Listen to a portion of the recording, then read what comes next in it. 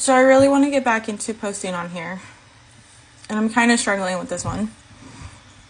I'm in a writing group on Facebook, and the prompt for today was to use the words grave or smoke to write a segment.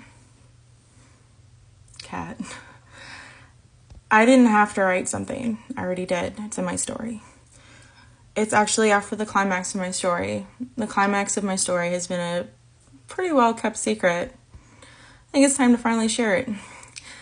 A major war breaks out, and the majority of, I don't want to say the majority, but a good amount of people from my main family, since I write about wolves, they're a pack, pass away. First time I wrote this scene, I cried like a baby. Second time I was editing it, and I didn't want to cry because I was at work, and now I'm trying not to cry now because I kind of want to read the segment that I wrote that involves the word grave. So excuse the lighting and everything, and probably me crying. I hope you enjoy. The rain would make the ground soft and easy to dig. Seeing the storm really came in for the perfect time. Felt like Mother Earth was trying to help. As generous as it was, it didn't make this any easier emotionally. Nathaniel, Delson, and Cohen all had shovels. Can't put this off any longer. Today we all walked to where the war had happened. It looked untouched. No blood or claw marks. Again, it was like Mother Earth was trying to help. The males started moving bodies of the fallen to where we usually bury our dead. Humans would call it a graveyard. We didn't really have a name for it. There were only 2 grave markers. Wolves grieved like many animals, and we buried our dead to continue the circle of life. But very few ever used markers of any kind.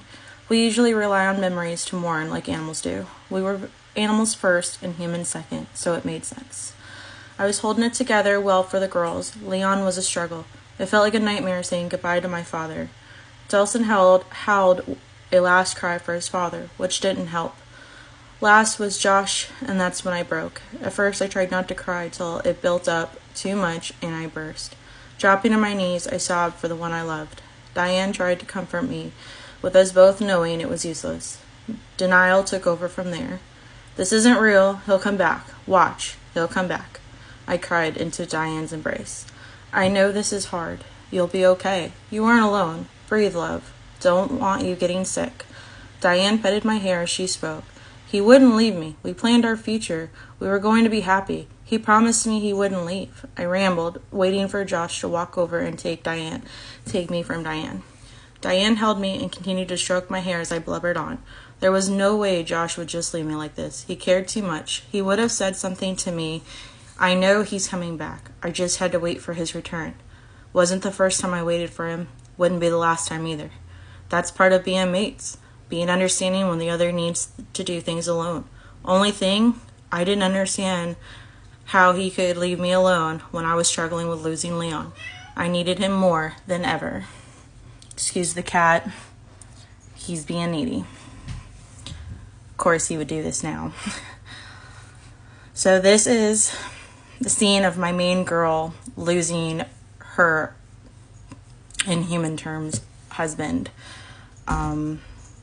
They were just getting together. Everything was honeymoons and rainbows, and she lost him in the war. I had to do a lot of research on the 5 stages of grief. If you've not done that, it's heart-wrenching. Sadly, I don't feel like I captured this scene very well. Rewritten. I am still editing, of course. But to know that her grief continues on way past this scene hurts. Like, I know what I wrote. I remember what I wrote, and it's not easy. So if you know anybody going through the 5 stages of grief, check on them. I promise you they're not okay. And if you haven't done your own research, please do. Get an idea of what your family, friends, loved ones, coworkers, anybody you know is going through. I promise you it's not easy. What? Lord, I'm having a serious moment. He's got to be needy. Anyway, Seriously, check on people. They're not okay.